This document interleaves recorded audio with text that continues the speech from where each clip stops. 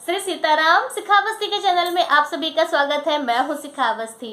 आज इस वीडियो में हम बात करेंगे कि किस वृक्ष को लगाने से कौन से पुण्यों की प्राप्ति होती है, या यदि आपकी कोई विशेष मंगल कामना है तो आपको कौन सा वृक्ष लगाना चाहिए। देखिए, सावन का महीना चल रहा है और सावन के महीने में हरे रंग की प्रधानता होती है। हमारी प्रकृति भी चारों तरफ हरी भरी होती है। हम लोग कोई भी कार्य करते हैं तो उसमें हरे रंग का विशेष ध्यान रखते हैं और हरे रंग का ज़्यादा से ज़्यादा प्रयोग करते हैं। तो अपनी इस प्रकृति को सदैव हरा भरा रखने के लिए, अपने पुण्यों को बढ़ाने के लिए, अपनी मनोकामनाएं पूरी करने के लिए हमें वृक्षारोपण करना चाहिए, वृक्ष लगाने चाहिए।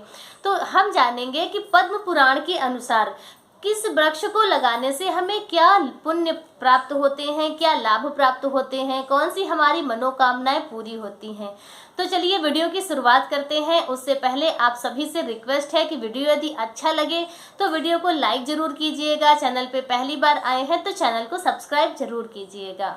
देखिए, पद्म पुराण के अनुसार यदि आप चाहते हैं कि आपकी वंश वृद्धि हो, आपके परिवार की परंपरा सदैव वर्षों तक चलती रहे, युगों युगों तक चलती रहे, तो उसके लिए आपको वट वृक्ष लगाना चाहिए। बरगद का पेड़, बरगद का पेड़ लगाने से परिवार की परंपराएं युगों युगों तक चलती रहती हैं। आपके परिवार, आपका वंश सदैव भगवान भोलेनाथ की कृपा से बना रहता है।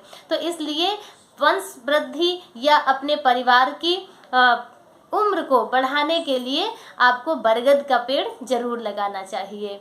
यदि आपके जीवन में आर्थिक समस्याएं हैं, आप अपना व्यापार कोई आप चला रहे हैं, वह आपका सही से चल नहीं रहा है और बहुत पैसे को लेकर उतार चढ़ाव रहते हैं, पैसा आता है लेकिन रुकता नहीं है, आर्थिक समस्याओं से छुटकारा पाने के लिए आपको पीपल वृक्ष लगाना चाहिए।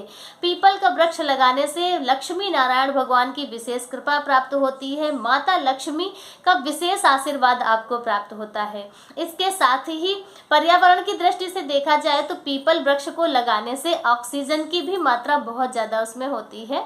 तो इसलिए पीपल का वृक्ष लगाना बहुत ही शुभ माना जाता है और किसी भी प्रकार की आर्थिक समस्या से छुटकारा पाने के लिए पीपल वृक्ष बहुत ही उत्तम माना गया है।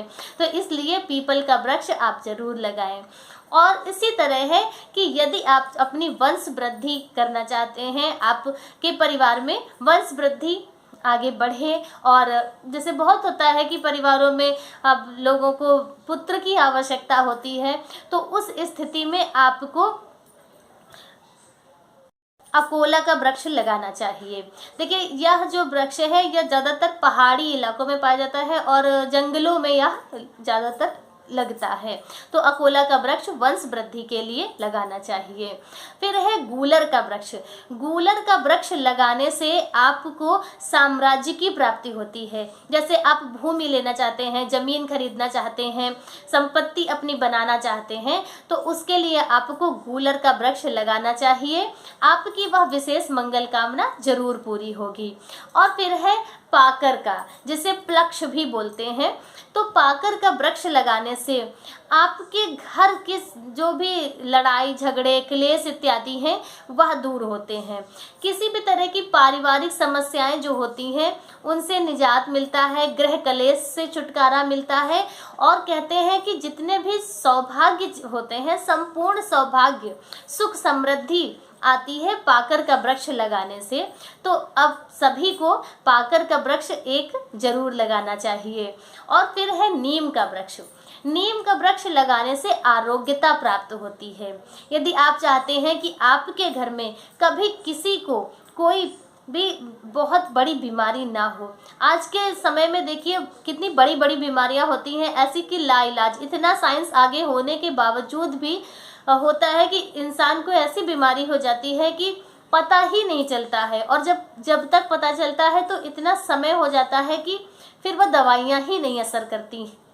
तो इसलिए सभी लोगों को एक एक नीम का वृक्ष जरूर लगाना चाहिए। नीम का वृक्ष लगाने से आरोग्यता प्राप्त होती है, घर में पारिवारिक सदस्यों को किसी भी बड़ी बीमारी नहीं होती है किसी को, और छोटी मोटी बीमारियां जैसे होती भी हैं तो वह बहुत जल्द आप उनसे आपको छुटकारा मिलेगा। तो इसलिए सभी लोगों को अपने जीवन काल में नीम वृक्ष खूब लगाने चाहिए। आप लगाएं भी और लोगों को दान भी कर सकते हैं वृक्षों को, कि आप लगाएं भी और जो जिसे दान करें वह भी लगाए।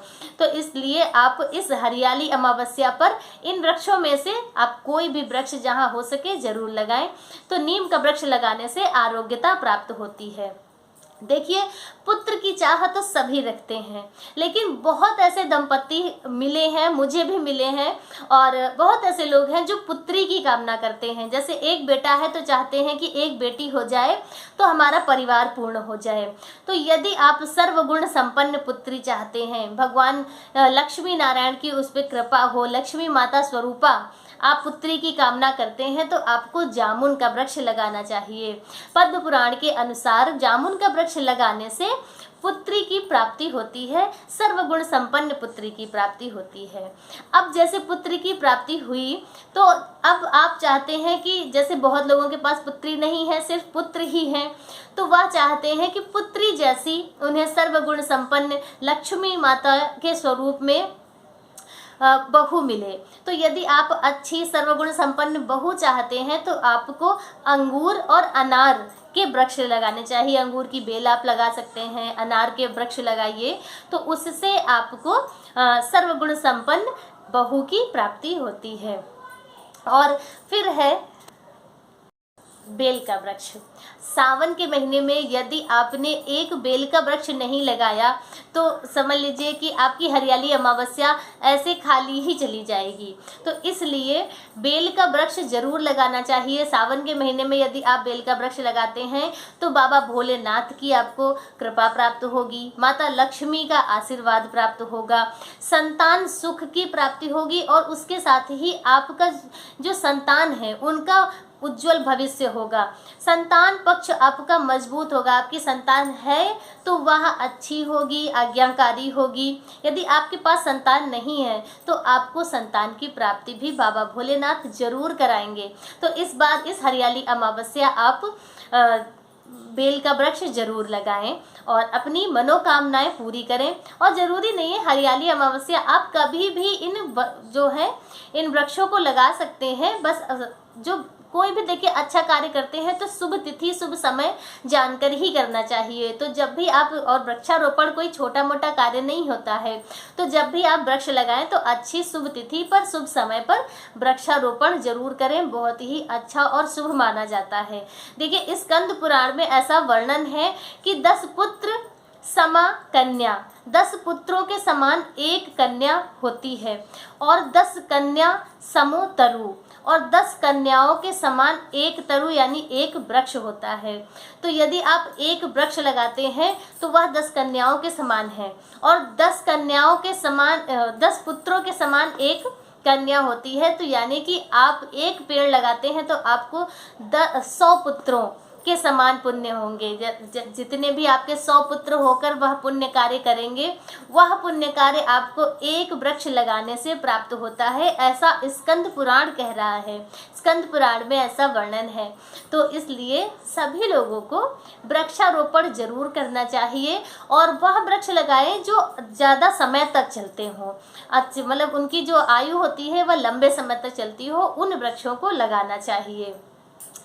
पर स्कंद पुराण में ही वर्णित है कि यदि आप, तो स्कंद पुराण में ऐसा वर्णित है कि यदि आप इन 4 वृक्षों को किसी भी नदी या सरोवर के किनारे लगाते हैं तो आपको प्रतिदिन 10,000 ब्राह्मण, वो भी कैसे ब्राह्मण, त्रिकाल संध्योपासना करने वाले ब्राह्मणों को भोजन कराने का पुण्य फल प्राप्त होता है। तो इन 4 वृक्षों को किसी भी तालाब के किनारे या नदी के किनारे या कहीं रोड पे, पार्क में, इन 4 वृक्षों को सभी लोग जरूर लगाइए। और जब यह वृक्ष बड़े होकर फल देने लगेंगे तब आपको रोज 10,000 ब्राह्मणों को संध्या उपासना करते करते हैं, तीनों समय सुबह दोपहर शाम को भगवान की पूजा पाठ करते हैं, उस तरह के ब्राह्मणों को भोजन कराने का पुण्य फल प्राप्त होता है। तो वह वृक्ष कौन से हैं? बरगद का वृक्ष है, पीपल का वृक्ष है, गूलर और पाकर।